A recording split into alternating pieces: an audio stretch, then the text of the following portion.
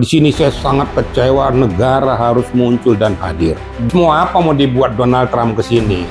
Mau apa yang mau dibuat Putin ke sini? Kalau orang yang mengerti hukum, orang awam boleh kok bodoh-bodohin. Tapi kalau kita ini yang sudah paham akan hukum kan ketawa.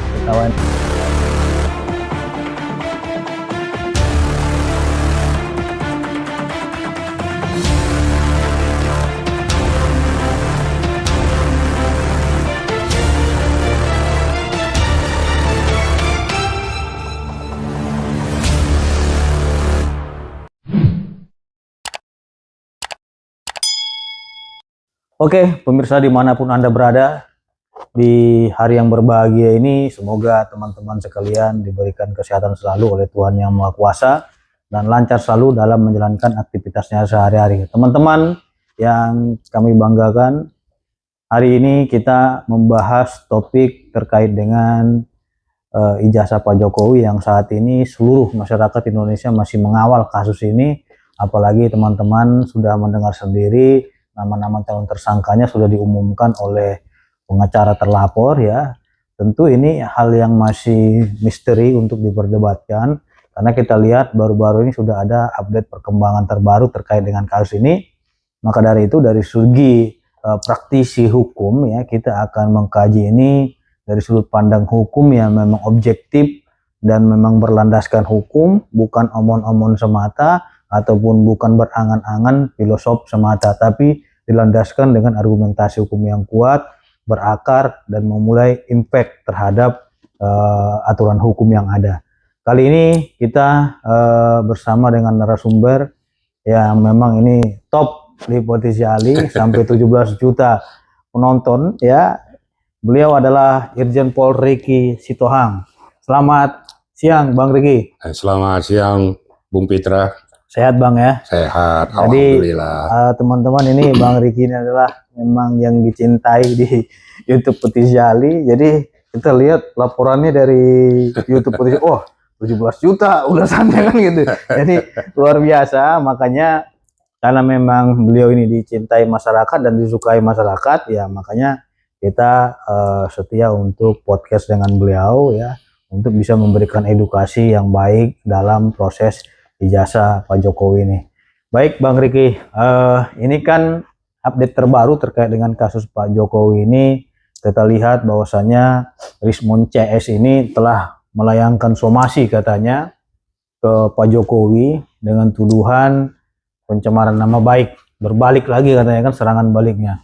Nah, kita ingin tanya terkait dengan langkah-langkah yang mereka lakukan, melayangkan somasi kepada Pak Jokowi, apakah memiliki dampak hukum yang luar biasa atau seperti apa? Terus pengertian somasi ini apa? Karena masyarakat juga pengen tahu apa sih somasi, karena mereka kan konferensi pers nih, kita udah somasi gitu. Pandangan Abang seperti apa? Baik, terima kasih. Assalamualaikum warahmatullahi wabarakatuh. Waalaikumsalam. Selamat siang dan salam sejahtera untuk kita semua. Ya. Jadi gini Bung Pitra ya, kadang-kadang orang mengartikan somasi seolah-olah suatu peringatan keras terhadap seseorang yang merugikan dia sendiri ataupun kelompoknya. Yang jadi masalah bahwa pihak Suryo CS itu mensomasi Pak Jokowi ini, landasan hukumnya apa? Kalau dikatakan bahwa telah memfitnah mereka, yang difitnah siapa? Siapa yang mendahului? Kan begitu. Nah sekarang katakanlah bahwa laporan itu sudah bergulir di Polda Metro dan sudah naik ke tahap penyidikan. Berkali-kali saya sudah sampaikan Bung Pitra bahwa sudah, kalau penyidikan ini akan mencari kembali benang-benang merah yang menguatkan sebelum itu menetapkan statusnya ditingkatkan menjadi tersangka. Kan itu. Nah mereka mensomasi, seharusnya bukan mereka yang mensomasi, Pak Jokowi yang merasa tersinggung dengan peran-peran kalian yang tidak punya landasan hukum yang kuat.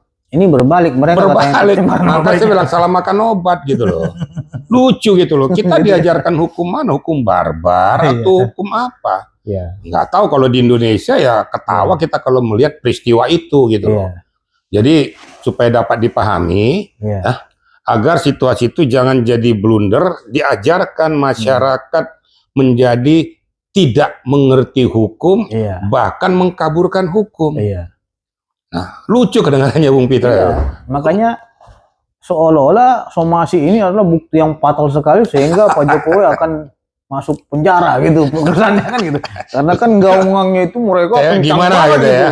di konferensi persnya gitu kan, kita juga merinding dengarnya. Oh nih ngeri nih somasinya, udah kayak petir gitu kan.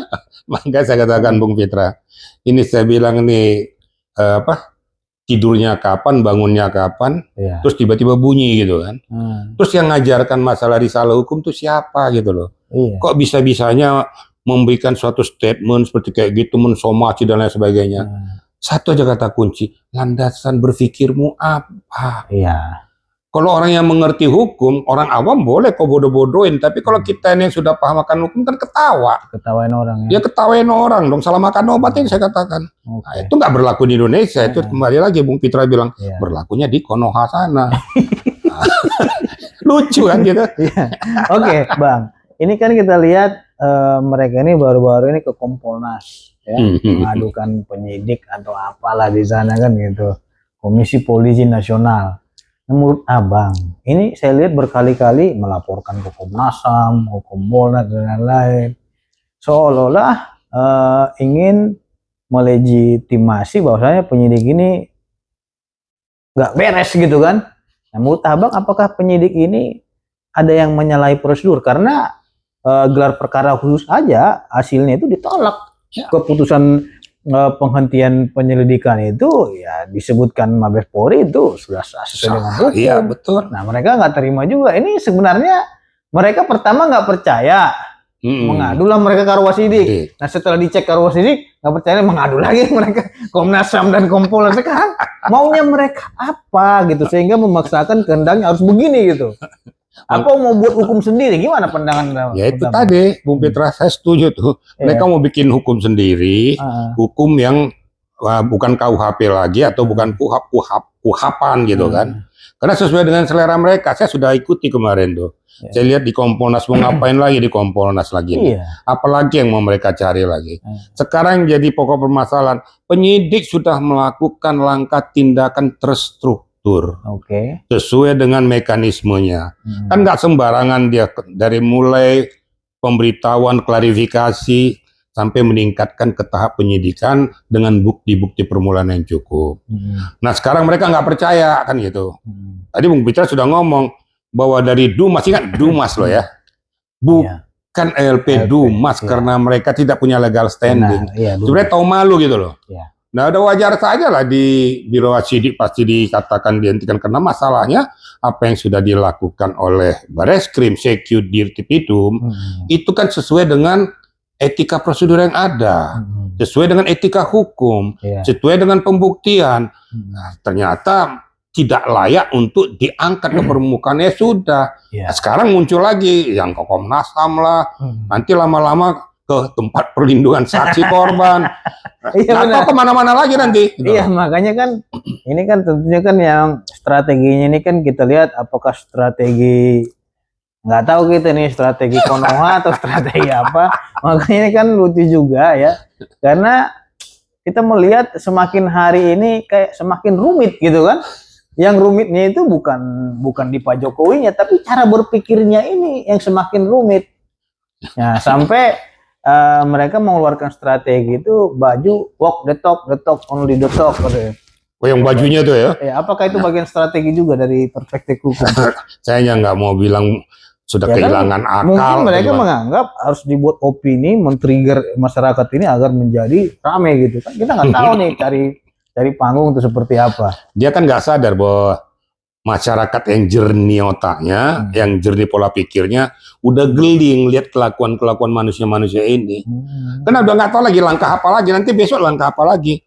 Nanti baju dia bikin only totok, nanti di kepala dipasang lagi. Nanti bila penting nanti pakai bendera, dia apanya dibikin lagi kan. Udah habis, nggak tahu lama-lama nggak jelas nanti. Nanti kan, ganti baju One Piece gitu. One Piece. Udah kerusak pokoknya. Jadi saya nggak tahu lagi.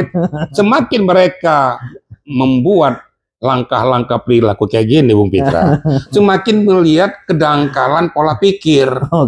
Ya jelas loh, kedangkalan pola pikir ini sudah nggak kemana lagi larinya. Nanti bila penting nanti kecoa bunyi pun dia lapor ke sana lagi. Udah nggak tahu lagi lapor kemana dia.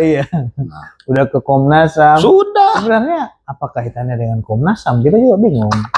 Emang diapain mereka emang? Kan nggak ada pelanggaran HAM. Justru, gitu. emang diapain mereka? Lain halnya kalau ada, contohnya ini, penyiksaan kan gitu ya kan. Jadi ada hak asasi manusia yang dilanggar di situ. Atau ya bicara pahitnya lah, kejahatan perang ataupun terorisme atau apa. Kan Mengakibatkan kerugian fisik, moral, material, dan sebagainya. Ini apa? Mereka masih bebas-bebas berkoar, Bung Pitra. Iya. Seenak-enaknya aja. Justru sebenarnya yang harus berpikir Pak Jokowinya sendiri, karena sudah kok kuyo-kuyo terus dengan langkah-langkah yang tidak edukasi, dengan langkah-langkah yang tidak manusiawi. Nah, kok malah kok terbalik-balik kok Komnas HAM segala macam. Itu yang saya katakan tadi, lama-lama mana lagi kira-kira lembaga badan yang bisa. Saya takutnya nanti ke BPOM nanti. Skincare ya. Jadi ya bisa jadi karena kan tipe dari segi kaliannya dokter umum ya kalau nggak salah ya. Nanti dia meliti skincare-nya Pak Jokowi karena kata Farhad diduga ini Pak Jokowi kulitnya karena pakai skincare gitu. Ini kan nggak jelas nih yang mau diteliti karena semua mau mereka teliti sampai udah nggak tahu lagi kancing baju aja mau mereka teliti kalau perlu ya. Nanti lama-lama itu semut berjalan pun nggak ngapain nih katanya kan, udah nggak jelas lagi gitu loh. Iya, apalagi saya baru dapat info kemarin mereka bilang mereka sedang bikin buku tebalnya itu katanya 500 halaman, Roy berapa halaman, Rismond berapa halaman, Tipe berapa halaman gitu. Kenapa nggak lu sendiri aja yang bikin buku gitu kan? Artinya kalau bikin buku ya bisa mereka mungkin mau jual buku atau apa kan gitu. Jadi kan ini sebenarnya arah perjuangannya ini mereka mau konsen dalam membuktikan ijazah atau ingin bikin buku kan begitu. Jadi udah ngelur ngidul ke mana-mana ya kan. Udah nggak jelas. Udah nggak jelas. Nah, ini Bang yang paling menarik bahwasanya mereka telah menyampaikan statement dengan keras dan terukur katanya gitu kan. Kami telah bersurat kepada Presiden Amerika Serikat Donald Trump. Senator Amerika Serikat akan membalas surat kami, katanya gitu kan. Terus ini sudah kita bawa ke internasional, sampai ke Vladimir Putin dan lain-lain Rusia. Nah, menurut Abang itu upaya hukum apa sehingga kasus pencemaran nama baik, ya kan, pengubahan data elektronik dokumen pasal 32 sampai ke ujung dunia? Jadi, apakah memang Indonesia ini nggak berdaulat hukumnya sehingga bisa diintervensi negara lain gitu loh? Jadi gini Bung Pitra, sebelum saya masuk ke sana, saya cuma memberikan suatu gambaran. Kata Putin begini, Putin, ngapain capek gue mikirin lo? Gue mikirin perang dengan Ukraina aja pusing. Mikirin lo yang kayak gini apa urusannya sama gue? Biasa gitu. Nah, datang Donald Trump kan, ini lagi sedang berperang dengan Iran ini. Belum lagi tarif dia. Belum lagi tarif dan mendingan gue pikirin negara gue, apa urusannya kepada negara Republik Indonesia, secure masalah pribadi yang tidak ada relevansinya dengan hubungan internasional. Nah, ini kalau kata kasarannya kan seperti itu. Nah, kembali kepada pokok masalah. Kalau di sini saya sangat kecewa negara harus muncul dan hadir. Karena apa? Ini udah sama dengan menjatuhkan harkat martabat negara Republik Indonesia yang berdaulat, yang berpancasila, ya, yang mempunyai etika, di mana dijatuhkan oleh orang-orang yang tidak terpuji ini. Nah, bayangkan saja urusan pribadi negara kita kok harus campuri orang lain. Terus mau apa mau dibuat Donald Trump ke sini? Mau apa yang mau dibuat Putin ke sini? Emang bisa mencampuri urusan dalam negeri kita? Berpikir tuh, yang jernih gitu loh. Katanya sekolah tinggi-tinggi. Tapi kok sekolah kok diajarkan seperti gini? Emang kalau sudah kau laporkan ke sana, terus apa yang mereka buat pada negara ini? Nah, untuk itu ya saya berharap pada pemerintah negara kita jangan diam, jangan membiarkan masalah ini berlarut-larut terus. Ada langkah-langkah konkret gitu loh. Ini sudah menyangkut masalah kedaulatan negara loh. Saya yakin bahwa bangsa Indonesia, rakyat Indonesia yang jernih dan cerdas otaknya pasti marah. Kok kamu merusak bangsa Indonesia gitu loh. Ada yang sangat berdampak kepada Indonesia. Sadar nggak manusia-manusia ini mengakibatkan negara lain berpikiran negatif pada Indonesia? Ternyata Indonesia tidak bisa berjalan dengan baik, kedaulatan negaranya nggak benar. Akhirnya investor malas mau masuk ke Indonesia gara-gara ulah-ulahnya ini. Sementara Presiden Prabowo sudah berkoar-koar supaya investor masuk menanamkan investasinya. Iya. Itu kira-kira, jadi, aduh saya juga nggak, saya sendiri sudah nggak habis pikir gitu. Berarti Apa mereka sih manusia-manusia ini? secara tidak langsung berarti mereka nggak percaya sama Pak Prabowo dong. Betul. Katanya mereka dukung Pak Prabowo gitu. Kenapa nggak percaya sama presiden sampai ke presiden luar negeri Amerika dan Rusia gitu? Lah, bukan hanya nggak percaya sama Pak Prabowo, nggak percaya dengan hukum Indonesia, dan nggak percaya kepada Republik Indonesia. Makanya Berarti kau pindah. ngomong kosong dong, bilang kami ini NKRI, ngomong kosong dong. Bukan NKRI harga mati. Kenapa dibenturin dengan negara Kok luar kau gitu ya? benturin ke negara lain? Di mana NKRI-mu? Di mana jiwa kebangsaanmu? Dipertanyakan, Manusia-manusia kan harus ditanyakan. Nggak jelas, saya bilang tuh. Amin kalau kok masih juga kayak gini. Kadang-kadang saya waktu Bung Pitra tuh di iNews itu, sampai ngakak-ngakak, saya nggak habis pikir tuh, nggak karuan gitu kan. Sampai istri saya negur, ngapain Pak pakai orang gila itu tuh, lihat Pitra tuh. Sampai teriak-teriak kayak gitu. Ini, tapi orang yang yang diajak ngomong tuh nggak sadar-sadar gitu loh. Itu yang nggak habis pikir saya gitu loh. Oke, Bang, dari pandangan kacamata Bang ini sebenarnya tujuan mereka apa? Oke, nanti akan dijawab di segmen berikutnya.